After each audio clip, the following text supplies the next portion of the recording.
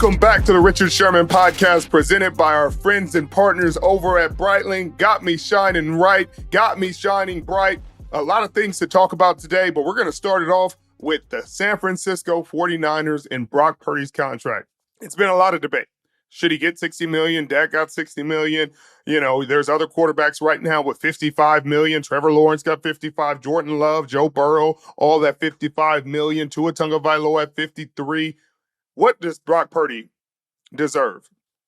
They did a poll in the Bay Area. 38% say he deserves $20 to $30 million. 29% say he deserves between $31 and $40 million. 19% say he deserves between $41 million and $50 million. And 14% say he deserves between $51 and $60 million.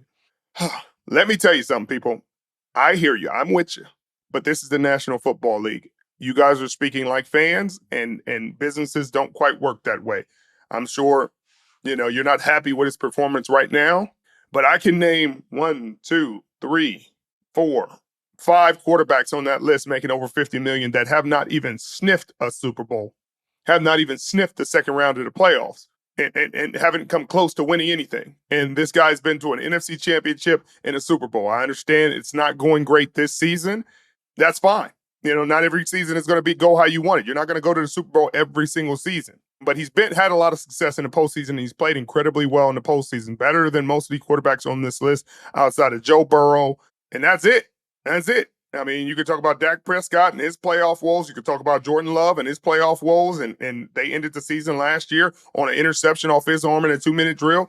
Maybe that narrative changes this year, but Trevor Lawrence has one playoff win and no playoff since has been, I think he's 2-15 over his last 17 games or something like that. Tua Tagovailoa has had the concussion issues. So when you're negotiating with a team, unless you're willing to move on from Brock Purdy, they're going to be paying him $50+ million. Now, how they maneuver that money, how they dish it out, how much guaranteed, how much upfront money, how much is injury guaranteed, et cetera, that'll be up for debate. But it'll be within the $50 to $55 million range. I don't think it'll go to 60. The salary cap has jumped and it'll jump again.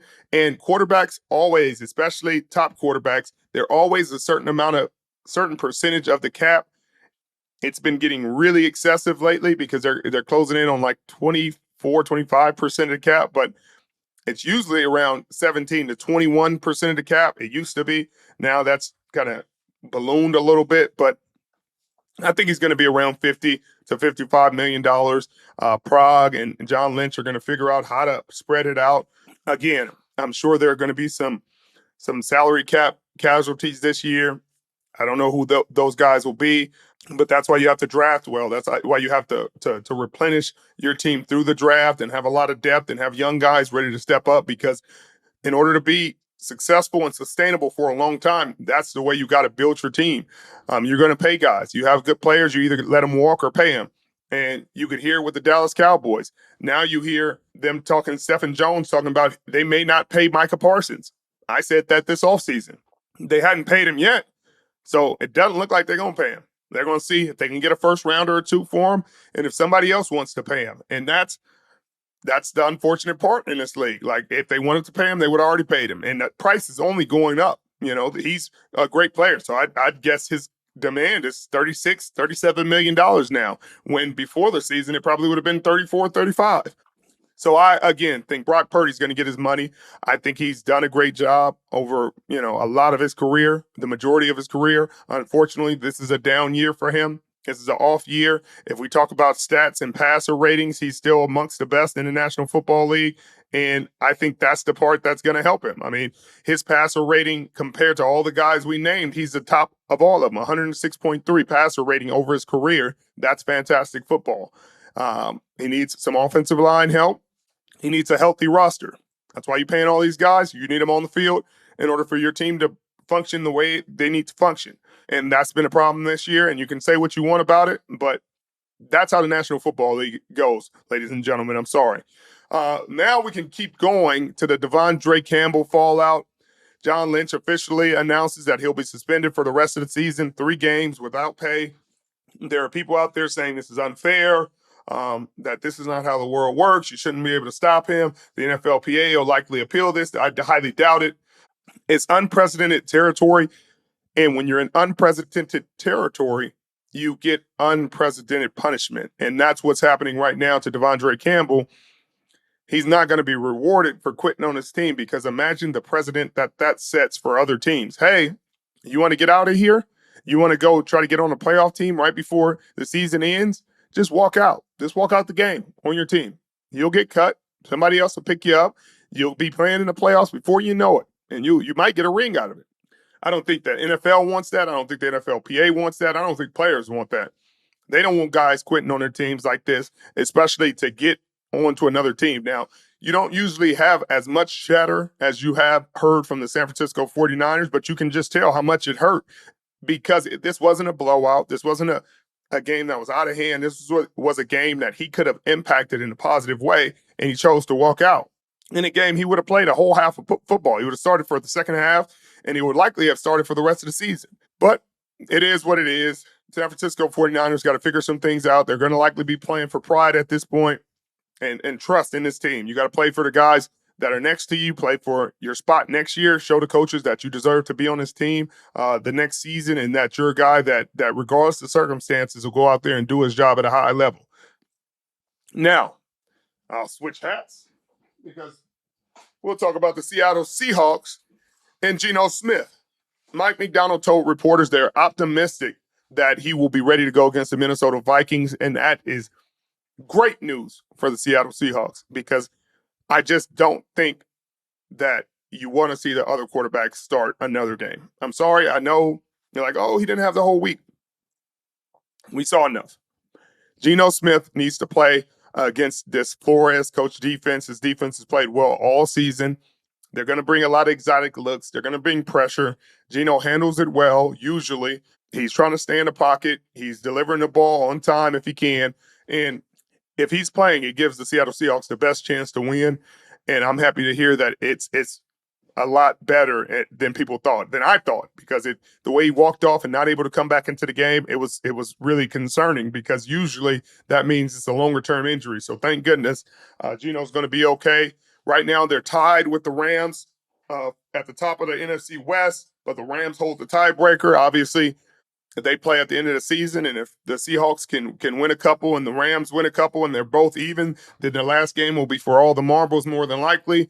We'll see how that goes. The Rams play the Jets, Cardinals, and Seahawks. Those are considered tough tasks for the Rams.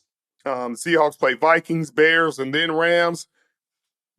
Again, this Vikings game is the toughest of all those games, so we'll see. They played really well tonight against the Bears. Started off slow. Sam Darnold battled his way through that game. They ran the ball. Aaron Jones ran the ball really well. That defense made some plays, pressured Caleb Williams into an early turnover early in that game.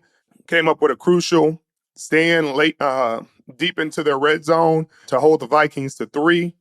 They're playing good football, and it's going to be a really tough task for the Seattle Seahawks to go in there and get a victory. But if they can, that keeps their playoff hopes alive in a big way. A loss to the Vikings really puts a damper on their playoff chances unless the Rams stumble through one of those two games between the Jets and the Cardinals.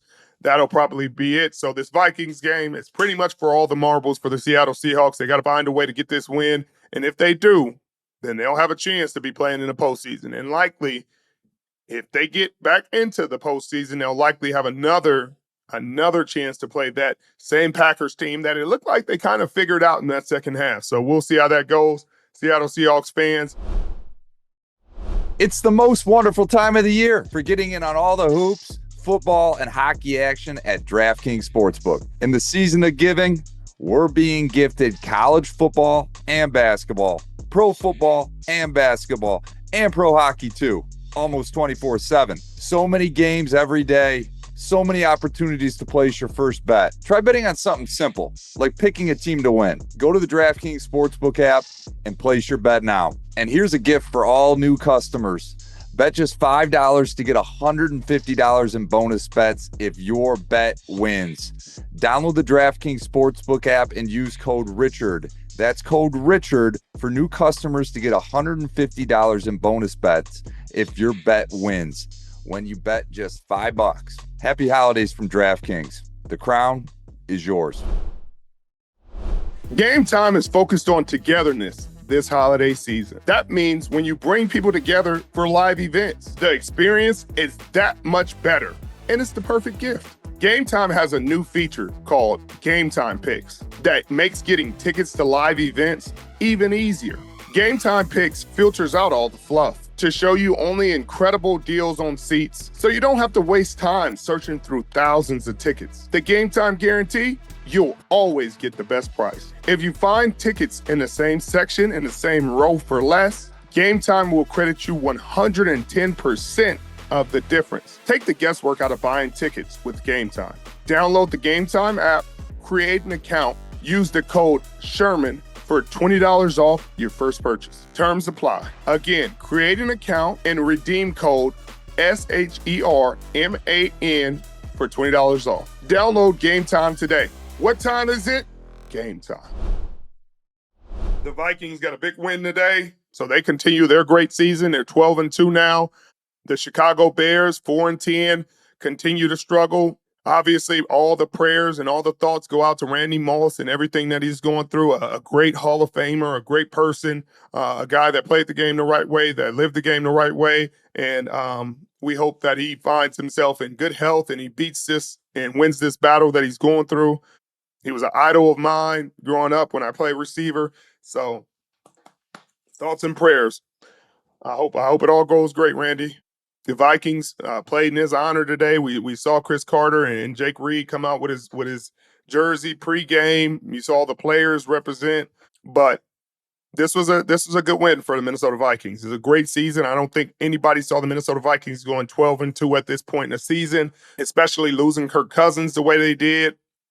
Flores, this defense doesn't have a ton of big names, but they got a lot of guys playing really good football and probably their best football. Jonathan Grenard and Dallas Turner both had a sack in the game. Sam Darnold, 24-40, 1 touchdown, 1 interception, 231 yards. Aaron Jones, 18 carries, 86 yards and a touchdown.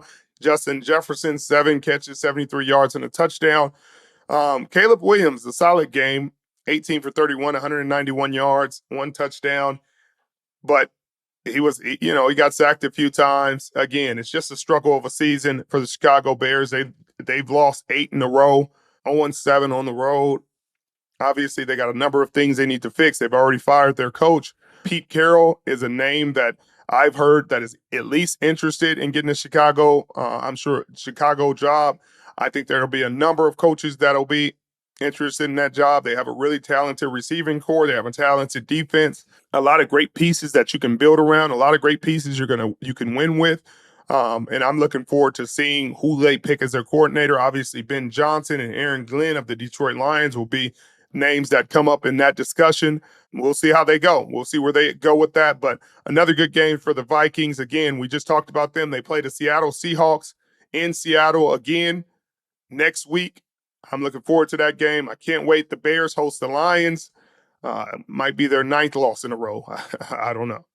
Unfortunately, though, the Detroit Lions are now going to be without David Montgomery for the rest of the season. He sprained his MCL. That's unfortunate. Sonic and Knuckles have been a really great combination all season long, and I was looking forward to seeing how they pan out in the playoffs. That's when you need to run the football. That's when you need to lean on your run game. Obviously, a lot of the weight is going to fall on Jahmyr Gibbs' shoulders now. He's going to have to carry a heavier load. He's going to have to do more for this offense, and he's already been doing a ton for this offense. They also lost another defensive player, D-tackle Alan McNeil, torn his ACL, out for the season. Carlton Davis is out indefinitely with a fractured jaw. Khalil Dorsey out for the year with an ankle injury. The Lions already have 13 defensive players on IR heading into the Bills game. Dan Campbell says nobody cares. Nobody's gonna give us a pass or an asterisk next to their record, and he's right. Nobody cares. But that's a lot of injuries on the defensive side of the football. That's a lot of injuries on a team to put on IR, but that's a lot of injuries on defense. We'll see if they can continue to overcome that. Obviously, they weren't able to in the Buffalo Bills game. They battled in that game, only lost by 7 points. Their offense scores 42 points in that game. But what I really want to talk about is all of these Dan Campbell haters coming out of their woodworks. It's like now everybody's like saying you have to play fundamentally sound football and you can't go for it on fourth. You can't do things that are unexpected. That's not Super Bowl winning. That's not going to win you Super Bowls. I don't know about that, especially coming from Acho. Acho's watched the Philadelphia Eagles and Doug Peterson in a game against the New England Patriots. Doug Peterson and the Philadelphia Eagles that year went for it on fourth down as much as anyone. They were second in the league. They went for it. They were going for it on fourth down all the time and just living by the edge of their seats because why not? If you have the momentum, everybody else loses too. There are people that do it exactly as you should. Hey, we're going to kick it on 4th and 3 from the 3. We're going to kick it every fourth down. Hey, we're just going to kick it. We're going to kick field goals. We're going to punt the ball. And they go home. It's not like that's a strategy that guarantees you success. It doesn't. This strategy doesn't guarantee you failure. It's just like when the Warriors start shooting threes. And they start shooting a boatload of threes, and everybody's like, this is going to work in the playoffs. It never works in the playoffs. This is going to stop. They're going to get beat by a team that just dominates them in the paint. And then the Warriors had a dynasty. And now everybody's shooting threes. And now people forget that you used to play from the post. It used to be mid-range. You have to drive the basketball. You couldn't just live and die by threes. It's literally changed the way basketball is played on a lot of levels, for better or for worse. It's changed it. But before, it was unthinkable that this strategy would work. And so Doug Peterson in that Super Bowl, everybody remembers the Philly special and that crazy play right before the half. They were up 15-12. It was fourth down, about 27 or so seconds to go in the half. Fourth down from the 1. They run the Philly special on fourth down and get it. Score a touchdown. Now instead of being up 6 points, they're up 10 points. And they win the Super Bowl that year. That's risk. Oh, that's unnecessary risk. They shouldn't have done that. They should have kicked it. They won the Super Bowl. We could talk about last year's wild card round when the Lions went for it on 4th and 1 in the second quarter. Sam Laporta scored a touchdown, and on that play, they could have kicked the field goal. They won that game by 1 point.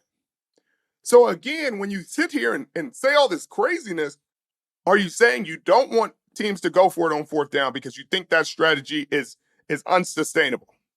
Perhaps, but not going for it on fourth down has lost people games too. So there are two sides of the coin. There are times teams go for it and get it, and it propels them to the next round.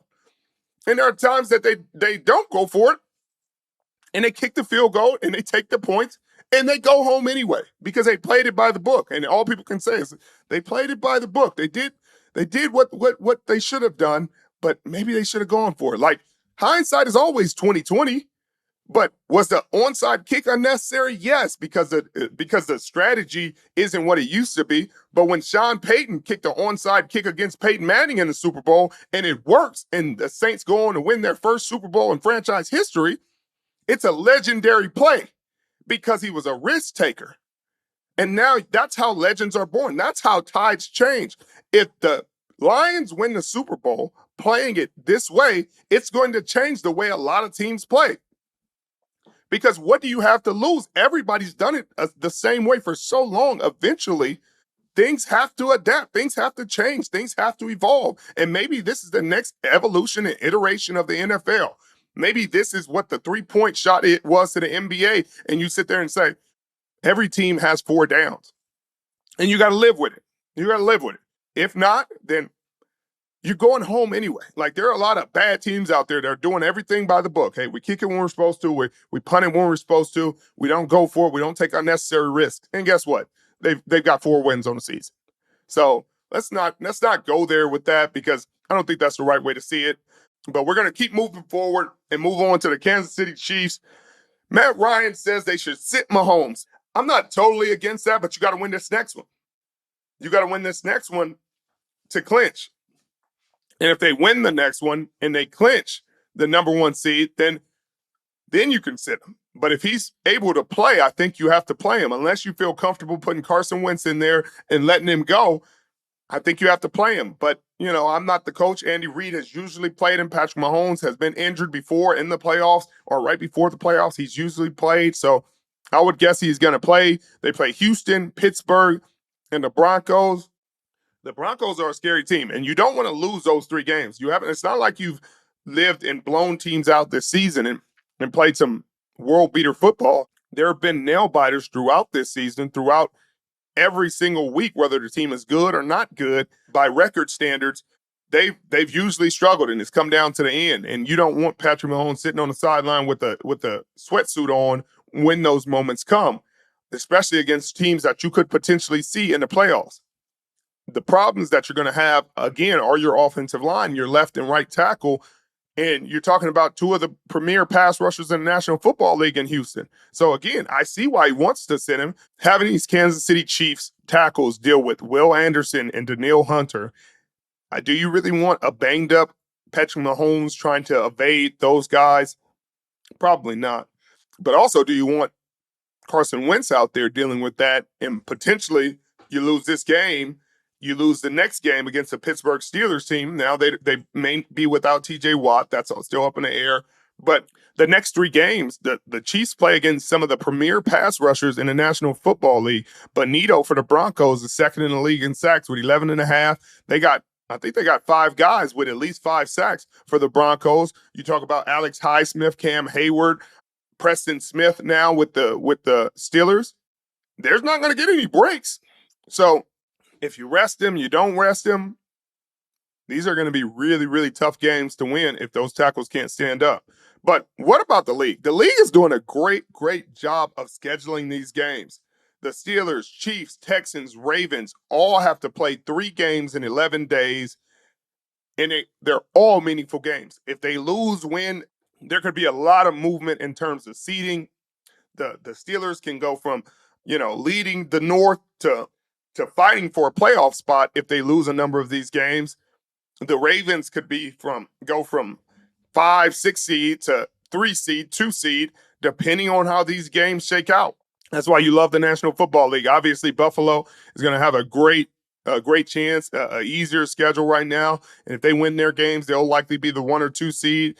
The Chiefs will probably stay the 1 seed if they can win one of these last 3 games. I'm excited. It's the most wonderful time of the year, not only because it's Christmas, but because the schedule is so phenomenal. We're going to get a lot of answers here soon. When all your marketing team does is put out fires, they burn out fast. Sifting through leads, creating content for infinite channels, endlessly searching for disparate performance KPIs, it all takes a toll. But with HubSpot, you can stop team burnout in its tracks. Plus, your team can achieve its best results without breaking a sweat. With Breeze, HubSpot's collection of AI tools, you can pinpoint the best leads possible, capture prospects' attention with click-worthy content, and access all your company's data in one place. No sifting through tabs necessary. It's all waiting for your team in HubSpot. Keep your marketers cool and your campaign results hotter than ever. Visit HubSpot.com/marketers to learn more. Now it's time to move on to some college football. Obviously, there's a lot of discussion about Trav Hunter winning a Heisman. Deserved, special talent, generational talent. Never seen it before. Receiver, 92 catches, over 1,000 yards, 14 touchdowns. At corner, should have been up for the Thorpe. Won all the awards, Defensive Player of the Year, Offensive Player of the Year, and Heisman. I think it's going to be a really long time before we ever see anything like that again. So congratulations to him. Now I'm hearing C.J. Stroud wants Derek Stingley to play receiver because of his elite ball tracking ability. I love it. Give him a shot. He's a heck of an athlete. Obviously, they've had some injuries. Stephon Diggs is out for the season. Nico Collins was out for a while. Give him a shot. I'm always happy to see a corner play both sides and make an impact. I mean, Travis Hunter winning the Heisman, maybe that's inspiring people to say, let's break these football rules and put guys out there and give them a chance to make plays on both sides of the football. The more, the merrier. I'm happy for it. But again, this transfer portal stuff is insane. Penn State's Bo Prabula enters the transfer portal less than a week before they play the college football playoff game versus SMU. Why? I don't get that, because it's not like you're leaving for the draft or you're saying, hey, I don't want to get injured going into the NFL. I could kind of respect that, but you've battled all season long to get to the playoffs. You got a chance to win a national championship or at least compete for one, and you're leaving? Like that's a bad look. There's no way you could justify that and say that's a good look. Wherever you're transferring to, whatever team you're going to play for, I think Penn State had him in the game plan against SMU, and you leave your teammates, you quit on your teammates to go somewhere else. I mean, I feel like NFL teams have to take that into consideration when talking about drafting these kids and thinking about drafting these kids. It's got to be some kind of competitive makeup where I'm like, hey, I'm going to finish these playoffs and I'm going to get what I earned because I battled all this time with my teammates. And if I want to leave, I'm going to leave after we get eliminated, not before. I'm not going to leave before I do all this work and then be like, all right, fellas, we did everything. We did what we said we would do. We made the playoffs, but y'all, good luck. Like, I don't know. I never thought I'd be the guy saying this generation, but what's wrong with these dudes, man? What the heck is wrong with these dudes? I don't get that. But now it's time for our Thursday night football preview presented by Prime Video. The Denver Broncos are playing the LA Chargers.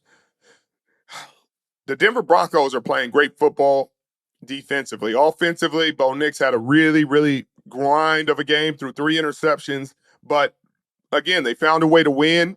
They found a way for their defense to step up and make plays. Again, Nick Bonito has a pick 6 in the game. His second this season, along with his 11.5 sacks. If you knew the name, we'd be talking about an all-pro season for the kid, but I think he's going to be a couple years away because people just don't know enough about him and the Denver Broncos. Obviously, him and Cooper have been playing really outstanding on the edges for the Broncos. Broncos have a 4-game winning streak. The Chargers have dropped 2 in a row, but this is going to be a game with a lot of ramifications for the end of this season, for this division, for the playoff seeding, etc. Both of these teams have really, really good defenses, have pretty average, sporadic offenses, but I love a great defensive game. Hopefully we get to see Patrick Surtain get into this ball game. Obviously, he's questionable with an injury. The Chargers defense has been playing really good football with some really unsung heroes out at the edges and at the cornerback position, some 5th-round picks that are playing at a really high level. I think it's going to come down to the pass rushers getting home. Justin Herbert on a bum leg. He's on a bum ankle. He's battling through, showing a lot of toughness. I'm looking forward to this game and seeing who can step up when it matters the most. This is where champions are made. This is when legends are made. December football. Usually it's not in a dome, but hey, SoFi is a beautiful stadium. I can't wait. But that was this week's Thursday Night Football preview presented by Prime Video. And be sure to watch the Broncos take on the Chargers this Thursday. I'll be there. It'll be entertaining for sure. It'll be an entertaining game and an entertaining show by the best crew in football. Of course, I'm biased. Now it's time for my power rankings. Oh, it's going to be a really tough call because Mitchell, his Detroit, Honolulu Blue, Detroit Lions have been on a tear. They take a bad loss. I mean, not an awful loss because Buffalo Bills are a really good team, and they're up there in the power rankings too. But I got to move them down. They now have 2 losses on the season. I'm going to move the Kansas City Chiefs up, even though, again, they've had underwhelming wins, but they still only have 1 loss on the season. There's a bunch of 2-loss teams. The Philadelphia Eagles are going to be 2. They're playing some really great football. An impressive win versus the Pittsburgh Steelers puts them there. I got to put Buffalo at 3. Win against the number 1 team in our power rankings, but they still have 3 losses on the season.